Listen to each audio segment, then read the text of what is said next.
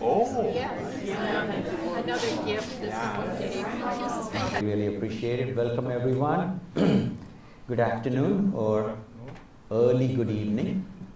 Like Maurice said, my name is VR. I just go by VR. And such a pleasure to be here and introduce this amazing ancient instrument of mine.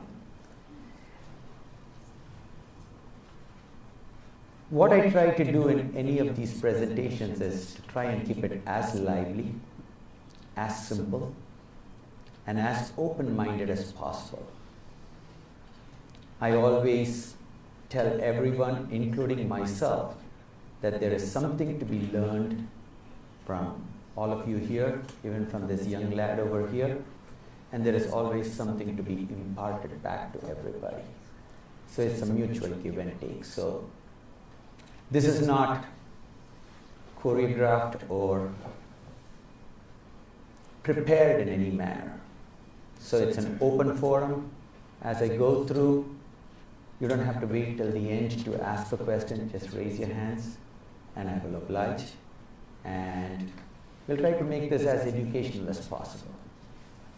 So without further ado, this instrument here is a barrel-shaped drum called a mridangam. It is a conjugated word. It's a word put together with two parts to it, mri and angam. Mri means clay, angam means a body. Put together, it becomes mridangam. And it's a body of clay. But you're going to look and say, hey, this does not look like a body of clay. What's happened? Innovation happened. Over the period of time, the body of clay became a body of wood, and the body of wood became a little bit more intricate and more creative, so that we didn't have to carry 7 instruments with us when we go on tour. Instead, we just carry these heads, and these can be very easily taken out, new heads put together, tuned and ready to go kind of a thing. So the creation keeps happening. Once again, not to mistake this for a tabla, which is very famous in this country. This instrument is called a mridangam. I feel I have achieved something if everybody who walks out of here recognizes this instrument and walks away from here saying, oh, I've seen this instrument before. No, don't call it a tabla, call it a mridangam. That's what I would like to get done today. So if you look at the body of this instrument, you see it has this shape. This is called the Gopuram shape. All temples in India are built that way. They go from a wide body and it tapers downwards. Similarly, from the wide body, it tapers downwards. This actually is specifically related to temple music or temples that were built, where the temples from the ground, from the level upwards, was built this way. And underground, as they put all the holdings and all the concrete and everything, you would notice that, well, you wouldn't notice it, but you've been told that the concrete and everything goes down this way. So this instrument has a specific reason for why it is like this. And the reason being the whole culture of the music itself. Today is an auspicious day in the Indian calendar. Happy Ganesh Chaturthi to everyone, Ganpati Bappa Moria, and anybody who has lived in India will know what that means. So, it's auspicious to the fact that the origin of this instrument also comes from that part of the culture.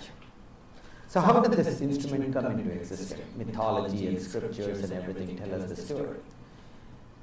Lord Shiva and his consort, Parvati, goddess Parvati, had 2 offsprings. Parvati one day tells Ganesh, I am going to go into the water. Nobody should be allowed in. This is my rule. Nobody can come in, and Ganesh guards the door. Shiva comes by and says, I need to go in, and he refuses entry to his father. In a fit of anger, the father takes up the sword and beheads his own son. Now he realizes he has caused something so criminal out here that he is going to be in what they call the doghouse with his consort Parvati. He has to do something.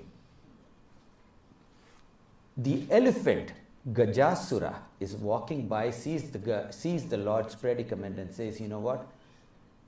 Take my head off, put it on your son's head and breathe life back into him.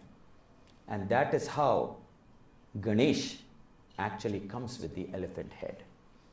He breathes life back, but now he has to atone for what he did, this anger that he has. So he takes a part from his body, from the navel of his body, mixes it with mud and creates the instrument. That is why it is called mridangam. And the dance that he performs is called the Tandava Nrityam, which is very famous dance form. And you will notice all the dance mudras and scriptures that you see on temples and everything of a Shiva temple will identify all the different postures of the dance.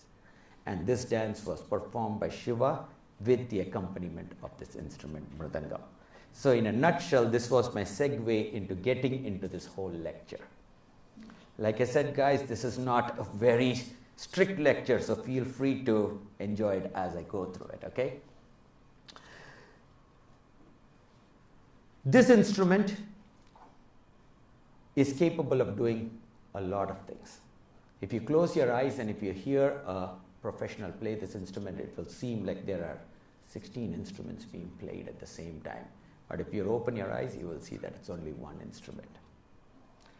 So what does it take to understand this instrument? What is it that we do in terms of practice?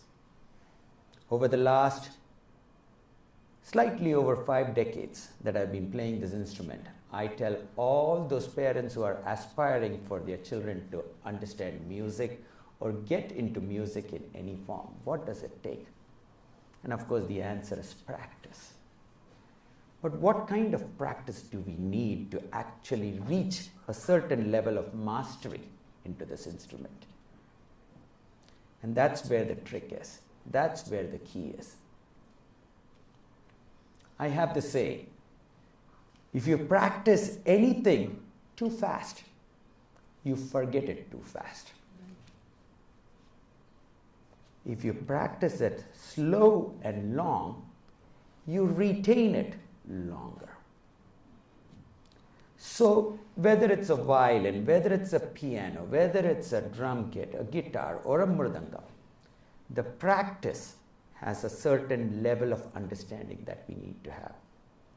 So if you have a 5-year-old, a 7-year-old, a 20-year-old, or even somebody who is interested in the instrument, the simple rule of thumb for practice that I offer everybody is 17 minutes a day. And if you just keep that going every single day, focused practice with no speed, just take it, try to assimilate in your mind what you want, how to practice it, and then introduce speed in a very slow and rational manner. And if you do this for 10 years, you would have done about 1,000 hours of practice at 17 minutes a day. I promise you, your prodigy, your child, your spouse, whoever will be better than 97% of the humans who have been playing this music. That's all it takes. It is just focused understanding. So what does it take in terms of practice? 3 things. One is understanding what your flaws are and trying to identify them and trying to keep it within that 17 minutes. Once you have identified those flaws, you have to focused kind of figure out what is it that I need to do. Every single day, a violinist will play scales. A drummer will play some bowls, some techniques, some things of that nature. But the most important thing any student going through high school or going through college has to do is take 17 minutes every night before going to sleep, lie in bed and imagine, what am I supposed to do or what am I doing with this lesson? Don't have to play it. If you have to play the scales, on this thing, you just kind of figure out, okay, this is where my fingering is. This is where it needs to go. Just imagine. You will be as good, if not better, as the person who actually practiced the instrument if you add this to your routine of practice. So in 7 days, one day you practice. Day number 2, you imagine what I practiced. Day number 3, you practice. Day number 4, you push up the speed a little bit. Day number 5, you imagine. Think about it, guys. If you were preparing for an exam, on the night of the exam, you learned a plus b quantity squared is equal to a squared plus 2ab plus b squared. A plus b quantity cubed is a cubed plus 3a squared b plus 3a. If you could just remember those things as you went to sleep and just thought about it, next day when you get up in the morning, the first thing you don't think about is eggs or what you're eating for breakfast. That 3a squared b, 3ab squared plus b cubed comes rushing out to the front of your. Exactly same thing happens over here. You have to take a little time to imagine your practice. And trust me, every basketball player out there, he doesn't throw hoops. He imagines the throw. He imagines the throw. And there are studies out there that tell you, comparing people who have actually thrown the hoops and comparing them to those who have imagined, their score performance is almost identical. So that is the first thing I would like to tell any aspiring parent, any aspiring student, grandparent, or even a performer in this audience. If you're practicing, practice slow, imagine what you're practicing, and push your speed a little bit. Well, there's a neurological study entirely on this, which I won't get into because our time is limited.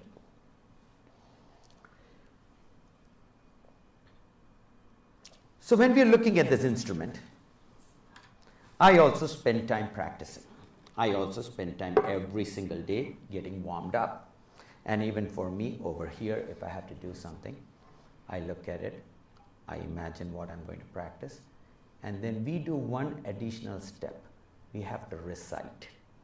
We have to say everything. There is an art form out there that has been in existence for many, many thousands of years before even rap came into existence.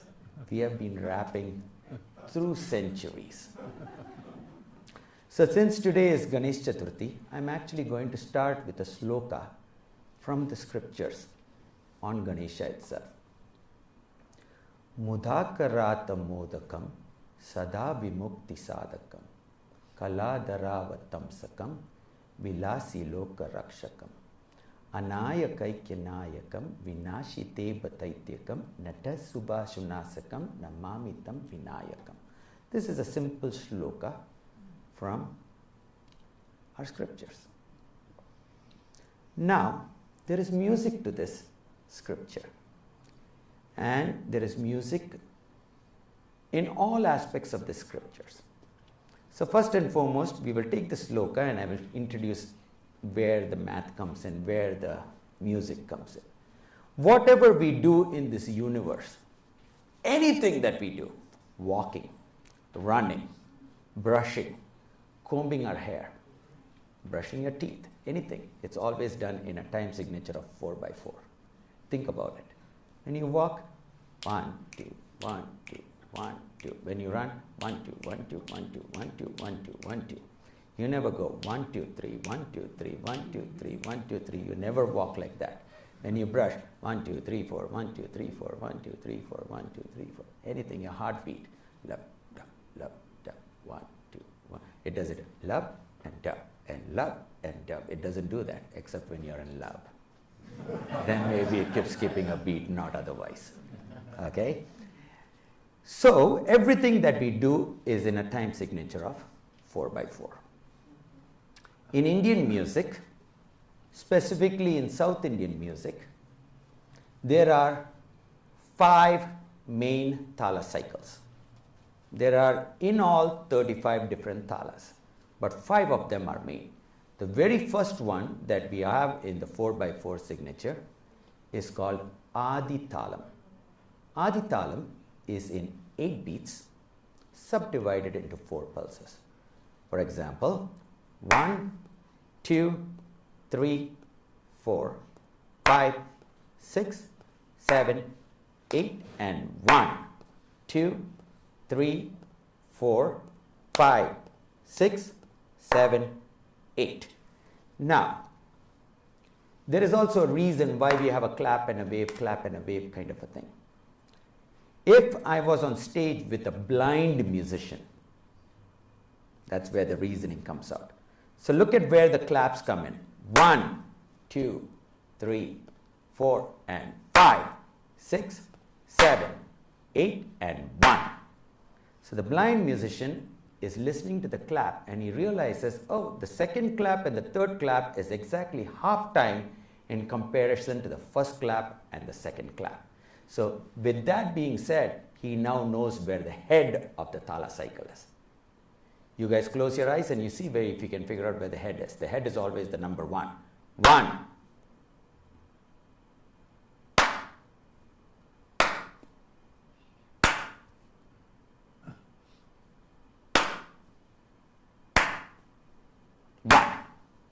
Everybody knew where 1 was, right?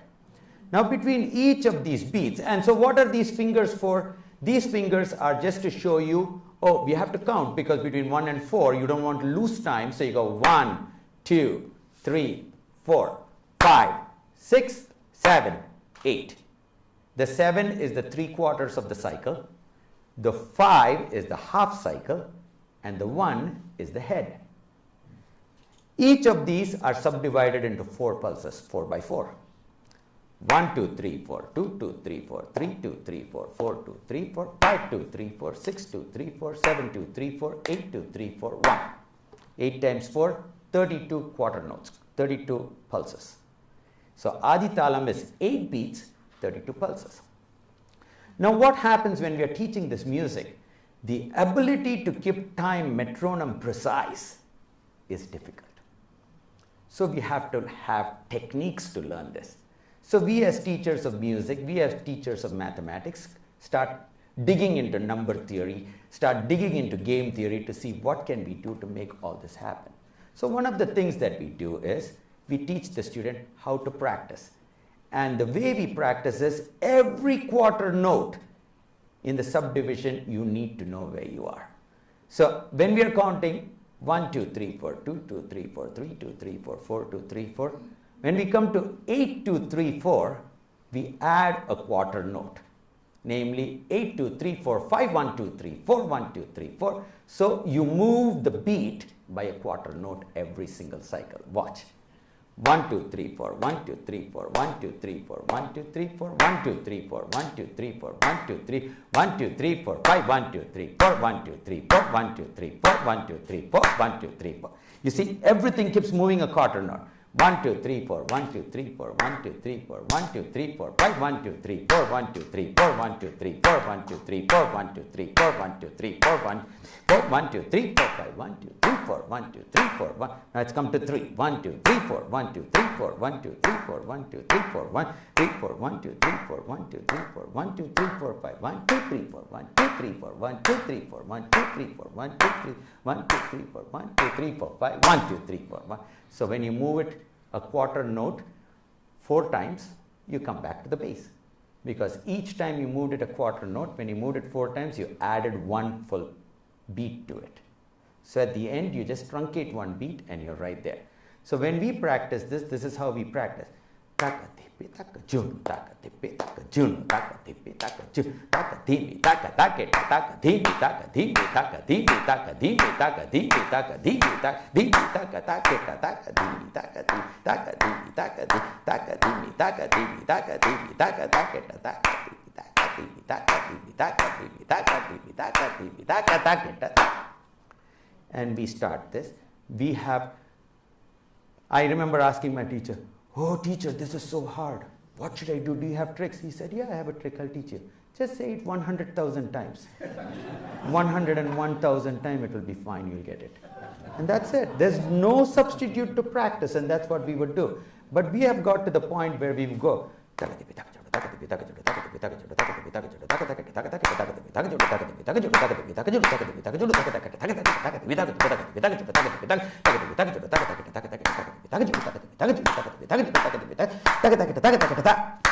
And we bring it home. We just have to keep practicing it. We try it. We just have to feel it. And then once we get that, then we get to the instrument to try it.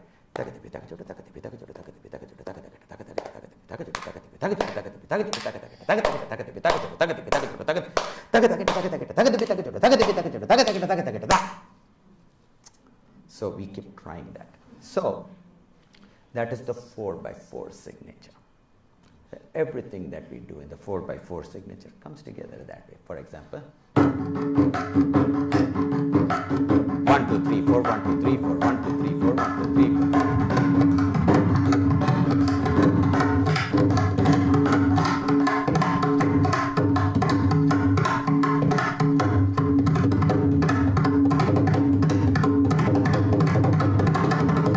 So that 1 2 3 4 1 2 3 4 1 2 3 4 continues in the head. We keep it as a metronome.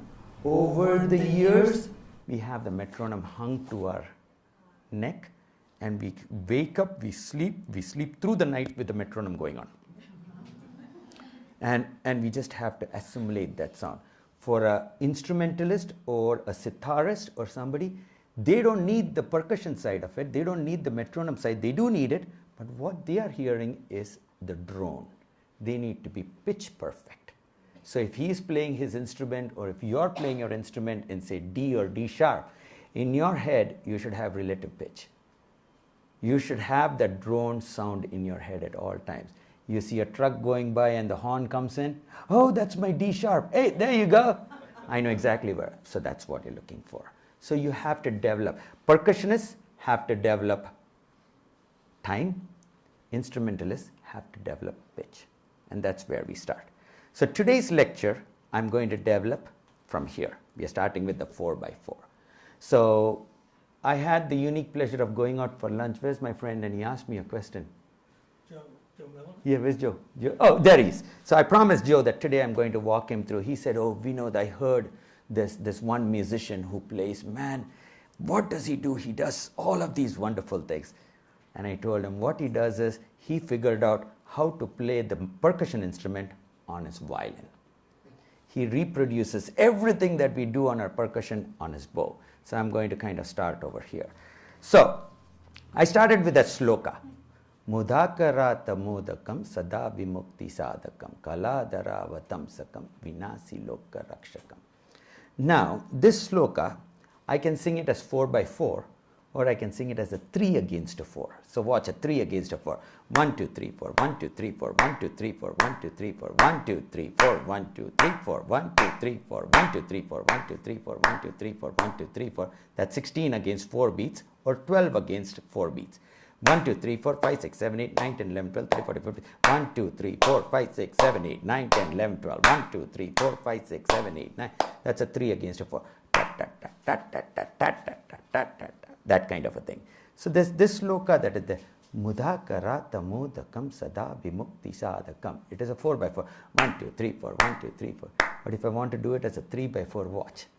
Mudhakarata mudakam sada vimukti sadakam. 1 2 3 1 2 3 1 2 3 1 2 3 1 2 3 1 2 3 1. So what I'm doing is, these are all the mathematics. I'm just training my mind to hear the sound, feel it that way. Mudhakarata mudakam sada vimukti sadakam kaladharavatam shakam vinasi loka rakshakam.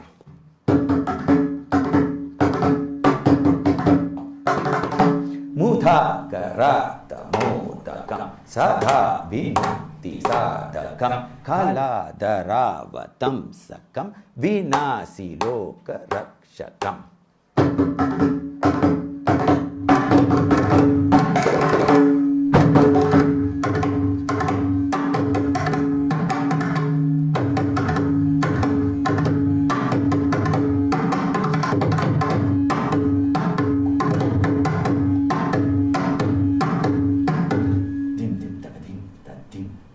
So can you guys hear the 1, 2, 3, 1, 2, 3, 1, 2, 3?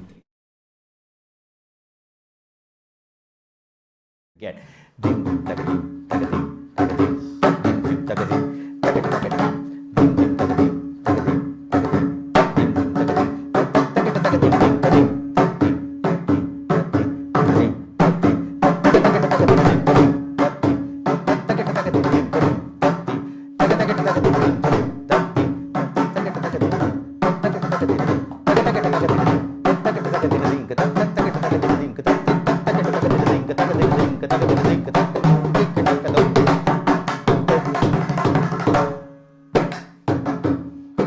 again 4 by 4.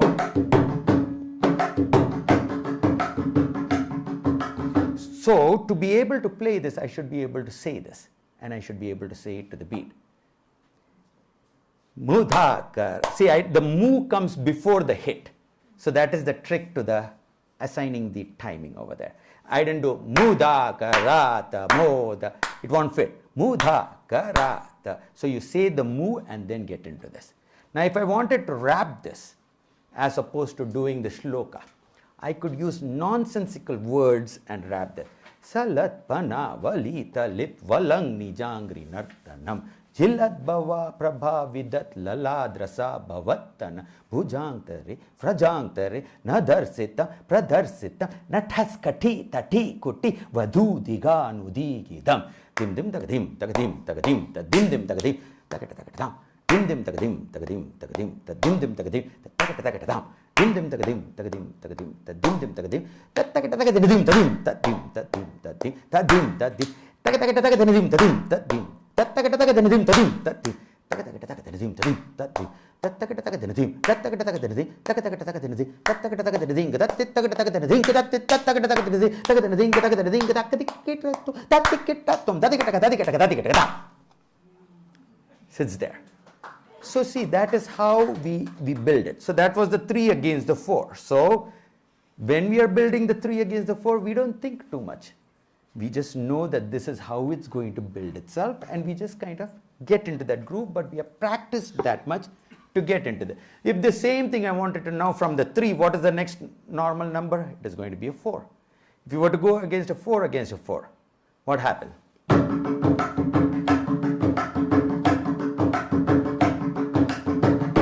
Even in this, I can pick some slokas from the scriptures. Anybody who has learned the scriptures or recites slokas at home, because today is Ganesh Chaturthi or tomorrow is Gokulashtami or whatever, they say, Brahma Murari Surachita Lingam Nirmala Bhashita Shobhita Linga Janma Jadukka Vinashika Lingam Tat Pranamami Sadashiva Linga. 1, 2, 3, 4, 1, 2, 3, 4, 1, 2, 3, 4, 1, 2, 3, 4, 1, 2, 3, 4, 1, 2, 3, 1, as opposed to 1, 2, 3, 1, 2, 3, 1, 2, 3, 1, 2, 1, 2, 3, 4, 1, 2, 3, 4, 1, 2, 3, 4, 1, 2, 3, 4, as opposed to 1, 2, 3, 4, 1, 2, 3, 4, 1, 2, 3, 4, 1, 2, 3, 4. So that's where we are. So now we are against a 4 by 4. Even if I wanted to wrap this with something, instead of doing the Brahma Murari Surachita Ling Churachacharika Garavachasakam Junicharchitakam Janaparchanakam Murali Ravali Rasali Ramaham Samayena Paye Samayena Pitam.